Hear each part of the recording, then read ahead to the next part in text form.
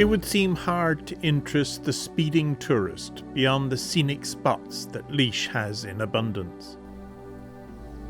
But get out of the car and take the time, and cast your eyes down in the world about our feet, and the scenery there is just as beautiful too.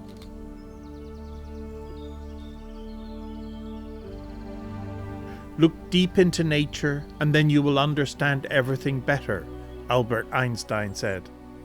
And that seems to be true for microbiologist Martine Brennan, who uses her camera to look deep into nature, roaming around any wild patch where nature has been allowed to find its own way, to find the insects and flowers that inspire her.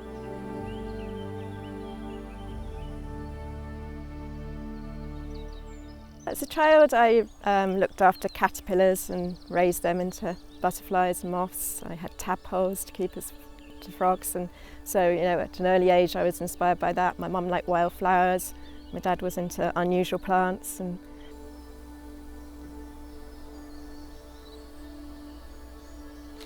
I just love looking at it and trying to understand the science behind everything I see. So I started off really loving butterflies, and then move on to moths, and then just look and you see things. I see things I don't recognise, and I like to learn what they are, and then I like to understand how they fit in with the landscape and what's growing, why things are growing where they are, and what insects they attract. And it's just fascinating. I'm a scientist. I'm curious.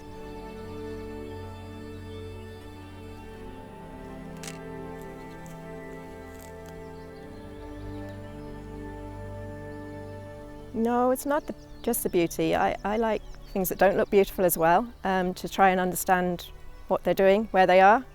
And, often it could be that they're really well camouflaged, and I find that fascinating.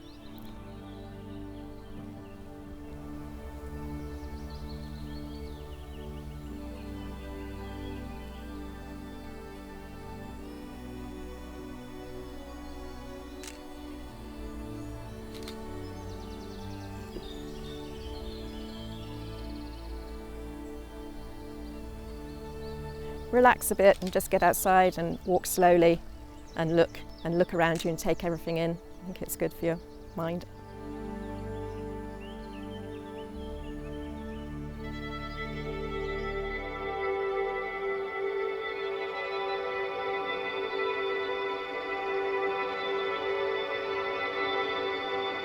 Out on Abbey Leaks Bog, on one of their regular visits, ecologist Fiona McGowan and her daughter found inspiration too in this strange and incredibly diverse world that inhabits this quintessentially Irish phenomenon, the bog. Bogland, the Irish people in particular have a huge long history with it. And who knows, if we go right back into history, who knows what our relationship was with it. But I do get the feeling that it's always been seen as some sort of a sacred space, so that would tell me that it's always been something that has meant something to people.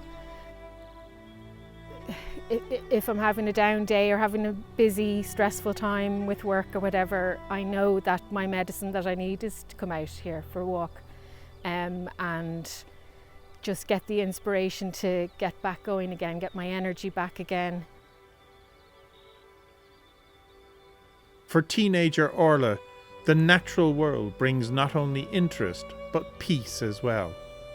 It's my escape from the busyness of school and my responsibilities at home. I'll go away and I can just enjoy the colours and the sounds, and yeah.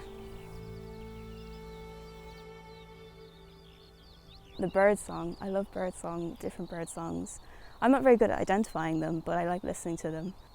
But sometimes when it's really, really quiet, you might be walking along and you see a little animal or something, you feel like you found a real gem. Even though it might be a common animal, you might be you hear just a rustling and you see leaves move, and all of a sudden you stop and you want to find out what it is, and yeah, I think it's really important.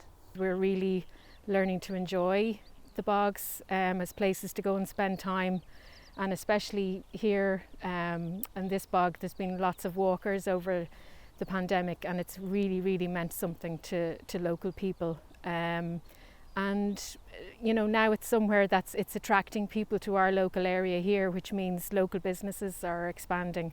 So it's getting a different commercial worth, I suppose, on top of its integral worth as a place of beauty and nature that has been a balm to the troubled minds and souls that we've all had over the last kind of 18 months or so.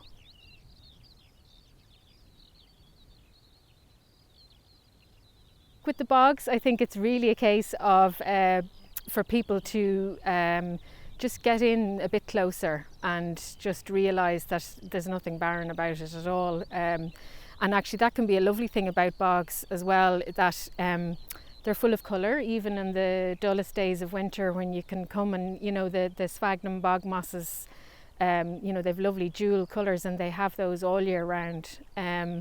So that's just a perception thing, I think, the barrenness. When you come out onto a bog, and it's better if you get down on your knees and have a good look, and you'll find, sure, the place is covered in wildlife of all sorts. But if we love the peace and tranquility of somewhere like this bog, we must also be aware that it is in imminent danger. It is. It's certainly at a crisis point. We do have a biodiversity crisis, and it's here. It's here now. So I think awareness, being aware of our surroundings and being aware of nature and biodiversity as it should be, not the way it's been forced because of human activity. Natural change is okay. It happens, and it has happened for millions of years, but climate change, it's something that we've done, and we don't have anywhere else to go. This is it. We get one shot, so it's really important that we take care of our world, because we only have one. Like teenagers, they think that we don't care, but we do.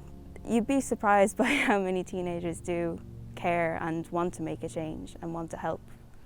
Our young people are inspirational in that way, but it's not fair of us older people to leave it to them. We have to do our bit. But it's certainly at a crisis point. We do have a biodiversity crisis, and it's here now.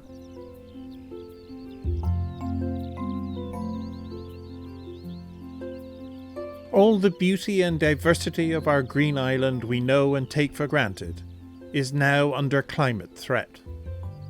If inspiration about why we should do something about it is ever looked for, then it should be found in the joy, excitement and knowledge that these few people take from their interaction with the world at their feet.